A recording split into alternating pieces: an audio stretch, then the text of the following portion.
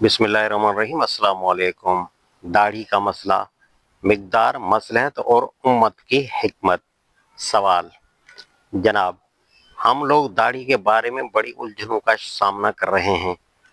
बाद लोग छोटी दाढ़ी को भी दुरुस्त करार देते हैं, जबकि बाद दूसरे हजरात एक खास मिकदार से कम दाढ़ी को फर्ज करार देते हैं।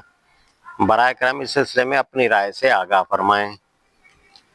जवाब: दरहकीकत इस मामले में शिद्दत इसलिए पैदा हो गई है कि हमारे दीनदार और दुनियादार हलकों की दुनिया अलग अलग बसती है।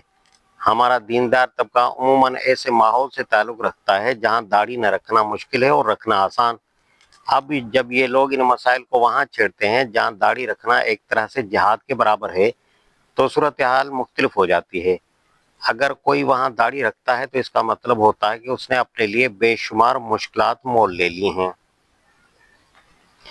उसके लिए शादी के दरवाजे बंद, मुलाजमत के मौके महदूद, हत्ता के बाज़ औक़ात ऐसा होता है कि मुलाजमत के इंटरव्यू के दौरान जैसे ही वो शख्स दाढ़ी के साथ सामने आता है, फौरन उसके बारे में ये राय कायम कर ली जाती है कि ये हमारे मतलब का आदमी नहीं। बाज़ मुलाजमतें तो ऐसी भी हैं कि जहां महज दाढ़ी रखने की पादाश में मुलाजमत से बर्खास्त कर दिया जाता है। उसकी मिसालें मौजूद हैं और सबके सामने आ चुकी हैं।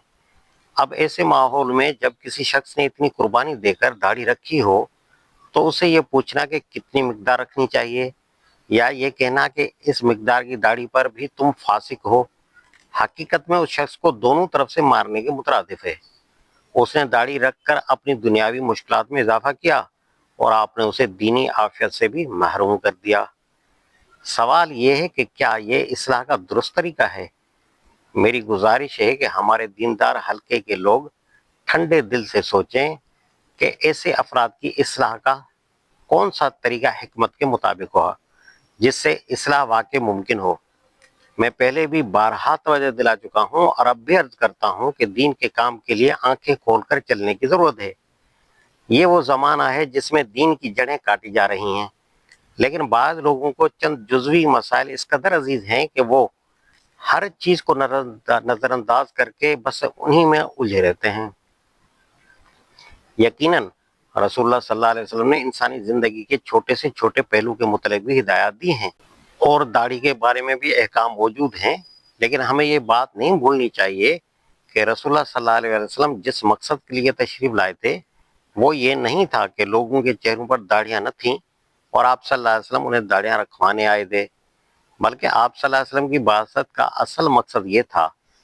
लोग अल्लाह ताला की बंदगी से मुंह मोड़े हुए थे। आप सल्लल्लाहु अलैहि वसल्लम ने उन्हें अल्लाह की बंदगी की तरफ बुलाया और तौहीद पर कायम कर दिया। लोग आखिरत को भूल चुके थे। आप सल्लल्लाहु अलैहि वसल्लम ने उन्हें आखिरत की जिम्मेदारियों का एहसास दिलाया और कामयाबी का शौक पैदा किया।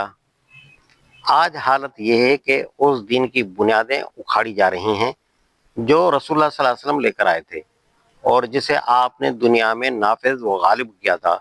लेकिन हमारे दीनदार तबकों में एक ग्रोह ऐसा है जो सिर्फ फरोई मसाइल में उलझा हुआ है। वो ये नहीं देखता कि दीन की बुनियादों के साथ क्या सलूक हो रहा है और इस वक्त उसका असल फर्ज क्या है। इसी वजह से मैं बार बार तवज्जो दिलाता हूँ कि लोग वक्त के तकाजे को समझें और दीन के असल काम के लिए आगे बढ़ें।